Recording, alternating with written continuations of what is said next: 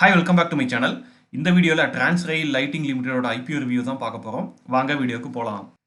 இந்த company incorporate செய்யப்பட்ட வருடம் 2008. இவங்க பேசிக்கலி ஒரு இன்ஜினியரிங் அண்ட் கன்ஸ்ட்ரக்ஷன் கம்பெனி. சிம்பிளாக சொல்லணும்னு பார்த்தீங்கன்னா அவங்க எடுத்து நடத்த ப்ராஜெக்ட் தேவையான இன்ஜினியரிங், ப்ரொக்ரூட்மெண்ட், அப்புறம் கன்ஸ்ட்ரக்ஷன், இபிசி ஒர்க் அவங்க கம்ப்ளீட்டாக A to Z பண்ணி தராங்க.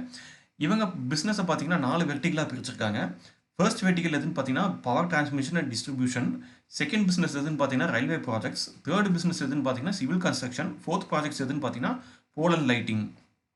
இதில் பவர் டிரான்ஸ்மிஷன் டிஸ்ட்ரிபியூஷன் போர்ட்ஃபோலியோவை பொறுத்த வரைக்கும் அவங்க wide range of services provide பண்ணுறாங்க. அதாவது பவர் டிரான்ஸ்மிஷன் டிஸ்ட்ரிபியூஷன் தேவையான டிசைனிங் பண்ணித்தரது, அப்புறம் அந்த ப்ராடக்டை மேனுஃபேக்சர் பண்ணுறது, அதை டெஸ்ட் பண்ணுறது, அப்புறம் அதுக்கு இன்ஸ்டலேஷன் பண்ணும்போது தேவையான கால்வனைஸ் ஸ்டீல் ஸ்ட்ரக்சரையும் வந்துட்டு மேனுஃபேக்சர் பண்ணி சப்ளை பண்ணுறதுன்னு சொல்லி இவங்க A to Z எல்லாமே பண்ணித்தராங்க பவர் டிரான்ஸ்மிஷன் டிஸ்ட்ரிபியூஷன் ரிலேட்டட் ப்ராஜெக்ட்ஸில். அது மட்டும் இல்லாமல் சப்பவர் ஸ்டேஷன் ரிலேட்டட் ப்ராஜெக்டையும் இவங்க எடுத்து நடத்துகிறாங்க. இதுவும் பார்த்தீங்கன்னா பவர் டிரான்ஸ்மிஷன் அண்ட் டிஸ்ட்ரிபியூஷனுங்கிற வெர்டிக்கல் பிஸ்னஸ் கீழே தான் இதுவும் வருது. அடுத்த பிஸ்னஸ் எதுன்னு பார்த்தீங்கன்னா ரயில்வே ப்ராஜெக்ட்ஸ். இவங்க ரயில்வே ப்ராஜெக்ட்ஸை பொறுத்த வரைக்கும் ரயில்வே லைனுக்கு தேவையான எலக்ட்ரிஃபிகேஷன் பண்ணித்தரது, அப்புறம் எர்த் ஒர்க் பண்ணித்தரது, சிக்னலிங் பண்ணித்தரது, அப்புறம் கம்யூனிகேஷன் பண்ணித்தரதுன்னு சொல்லி இவங்க ரயில்வே ரிலேட்டடாக பல்வேறு ப்ராஜெக்ட்ஸை எடுத்து நடத்துகிறாங்க. இவங்க ரயில்வேஸில் இது வரைக்கும் பார்த்தீங்கன்னா இந்தியன் ரயில்வேஸுக்காக பல்வேறு இடத்துல சிக்னலிங் அப்புறம் டெலிகம்யூனிகேஷன் ஒர்க் வந்துட்டு அக்ராஸ் மகாராஷ்டிரா அண்ட் குஜராத் நிறையாவே பண்ணி கொடுத்துருக்காங்க. இவங்களோட சிவில் கன்ஸ்ட்ரக்ஷன் வெர்டிக்கல் பிஸ்னஸில் பார்த்தீங்கன்னா இவங்க பிரிட்ஜஸ் கட்டி தராங்க, டனல்ஸ் கட்டி தராங்க, எலிவேட்டட் ரோட்ஸ் கட்டி தராங்க, அப்புறம் வேறு சில சிவில் இன்ஃப்ராஸ்ட்ரக்சர் ரிலேட்டட் ப்ராஜெக்ட்ஸ் இவங்க எடுத்து நடத்துகிறாங்க. இப்போ ரீசெண்ட் டைமில் பார்த்தீங்கன்னா கவர்மெண்ட் ஆஃப் இந்தியாவோட பாரத் மாலா ப்ராஜெக்ட்ஸ் திட்டத்துக்கு கீழே National Highway Authority of India கிட்ட இருந்து இவங்களுக்கு ஒரு பிஸ்னஸ் ஆர்டர் கிடச்சிருக்கு. அது எதுன்னு பார்த்தீங்கன்னா பீகாரில் இருக்க கோசி ரிவருக்கு மேலே 10 கிலோமீட்டருக்கு ஒரு ரிவர் பிரிட்ஜ் கட்டுறதுக்கான ப்ராஜெக்ட்ஸ் தான் அது. இந்த ப்ராஜெக்ட் இவங்க சக்ஸஸ்ஃபுல்லாக பண்ணி கொடுத்ததுக்கப்புறம் இதுதான் இந்தியாவில் இருக்கிற லாங்கஸ்ட் ரிவர் பிரிட்ஜாக இருக்க போகுது. அடுத்து இவங்களோட போல்ஸ் அண்ட் லைட்டிங் பிஸ்னஸை பொறுத்த வரைக்கும் இந்த பிஸ்னஸில் பல்வேறு டைவர்சிஃபைடான ப்ராடக்ட்ஸ் இவங்க மேனுஃபேக்சர் பண்ணாங்க.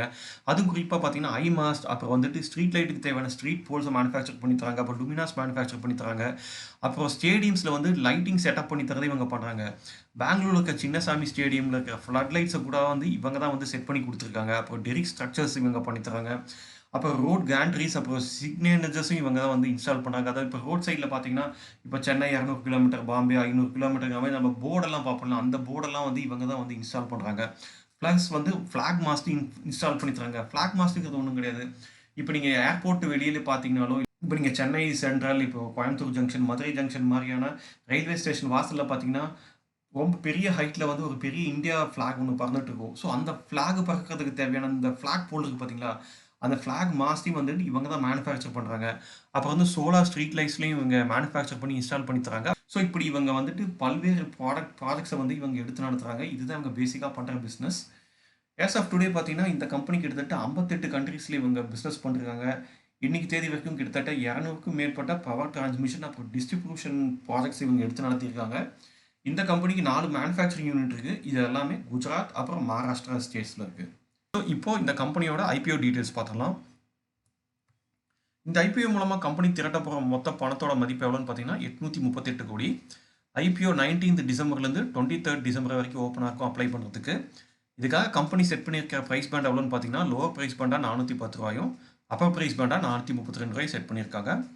ஒரு லாட்டுக்கு 34 ஷேர் வாங்குற மாதிரி இருக்கும். 1 லாட் ஷேர் அப்பர் ப்ரைஸ் பேண்டான 432 ரூபாயில் வாங்குறதுக்கான மொத்த செலவு எவ்வளோன்னு பார்த்தீங்கன்னா 14,688 ரூபா ஆகுது. Share allotment date 24th December, refund date 26th December, share listing date 27th December. இந்த இஷ்யூவில் 93 லட்சம் ஃப்ரெஷ் இஷ்யூவான ஷேரை இஷ்யூ பண்ணுறாங்க. அதுபோக 1.2 கோடி ஷேர்ஸை வந்து இவங்க ஆஃபர் ஃபார் சேலாகவும் இஷ்யூ பண்ணுறாங்க.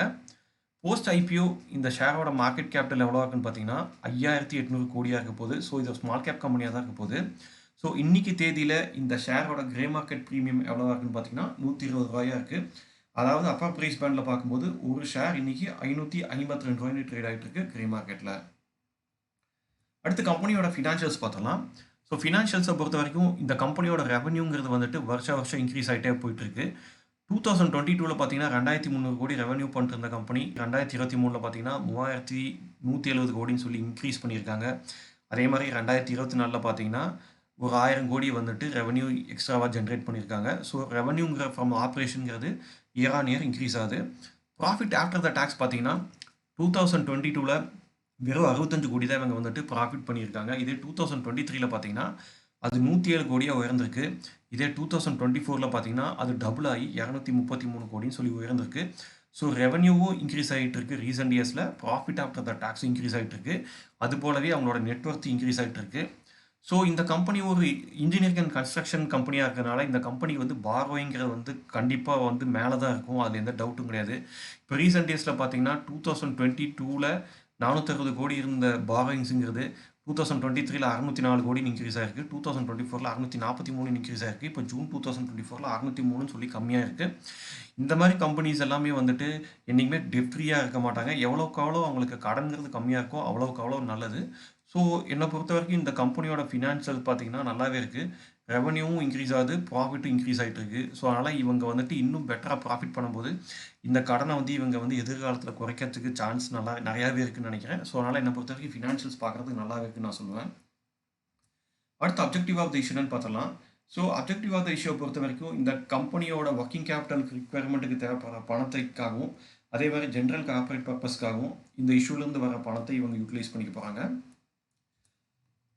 அடுத்து இந்த கம்பெனியில் இருக்கிற ப்ரோஸ் அண்ட் கான்ஸ் என்னன்னு பார்த்தலாம்.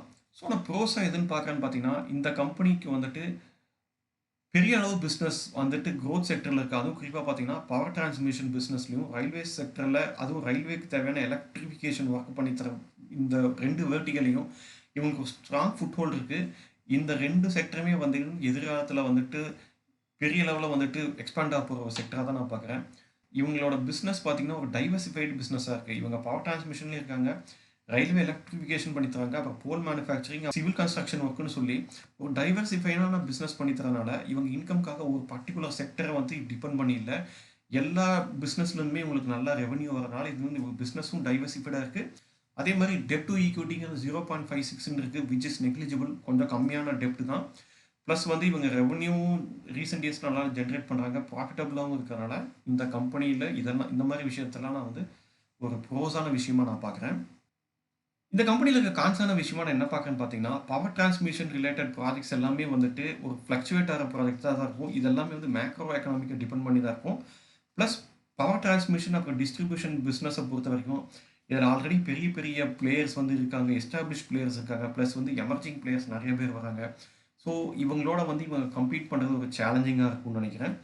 ப்ளஸ் பார்த்தீங்கன்னா இவங்களுக்கு லார்ஜ் போர்ஷன் ஆஃப் த ரெவன்யூவை வந்துட்டு இவங்க ஜென்ரேட் பண்ணுறது ரயில்வேலேருந்து வர ப்ராஜெக்ட்ஸும் அதே மாதிரி பவர் டிரான்ஸ்மிஷன்லேருந்து வர ப்ராஜெக்ட்ஸ்லேருந்து தான் வருது அவங்களுக்கு. ஸோ இந்த 2 ப்ராஜெக்ட்ஸ்லேருந்து தான் வந்துட்டு ஹியூஜ் சங்க் ஆஃப் மணி இவங்களுக்கு வருது. என்னதான் வந்துட்டு அவங்க சிவில் கன்ஸ்ட்ரக்ஷன் ப்ராஜெக்ட்ஸ்லையும் அதே மாதிரி போல்ஸ் அண்ட் லைட்டிங் ப்ராஜெக்ட்ஸ்லையும் ரெவன்யூ ஜென்ரேட் பண்ணாலும் கம்பேரிங் டு ரயில்வே எலக்ட்ரிஃபிகேஷன் அப்புறம் பவர் டிரான்ஸ்மிஷன் ப்ராஜெக்ட்ஸை கம்பேர் பண்ணும்போது அந்த 2 பிஸ்னஸ் போர்ட்ஃபோலியோவில் அவங்களுக்கு வந்துட்டு ரெவன்யூங்கிறது வந்துட்டு இதில் வர அளவுக்கு கிடையாது. ஸோ இவங்களுக்கு பெரிய ரெவன்யூ எடுக்கிறதுக்கு இந்த 2 செக்டரை தான் டிபெண்ட் பண்ணியிருக்காங்க. இது ஒரு ஸ்லைட்டாக நெகட்டிவான விஷயமா பார்க்குறேன். ஸோ இதை தவிர இந்த கம்பெனியில் எனக்கு தெரிஞ்சு நெகட்டிவாக சொல்கிறதுக்கு எந்த ஒரு விஷயமும் கிடையாது. ஸோ அவ்வளோதாங்க, எனக்கு தெரிஞ்சு இந்த கம்பெனி பற்றிய எல்லா டீட்டெயில்ஸும் இந்த வீடியோவில் நான் ஷேர் பண்ணிட்டேன். ஐ ஹோப் இந்த இன்ஃபர்மேஷன் உங்களுக்கு யூஸ்ஃபுல்லாக இருக்கும்னு நினைக்கிறேன். இந்த வீடியோ பற்றி உங்களுடைய கருத்துக்களை மறக்காமல் கமெண்ட் செக்ஷனில் சொல்லுங்கள்.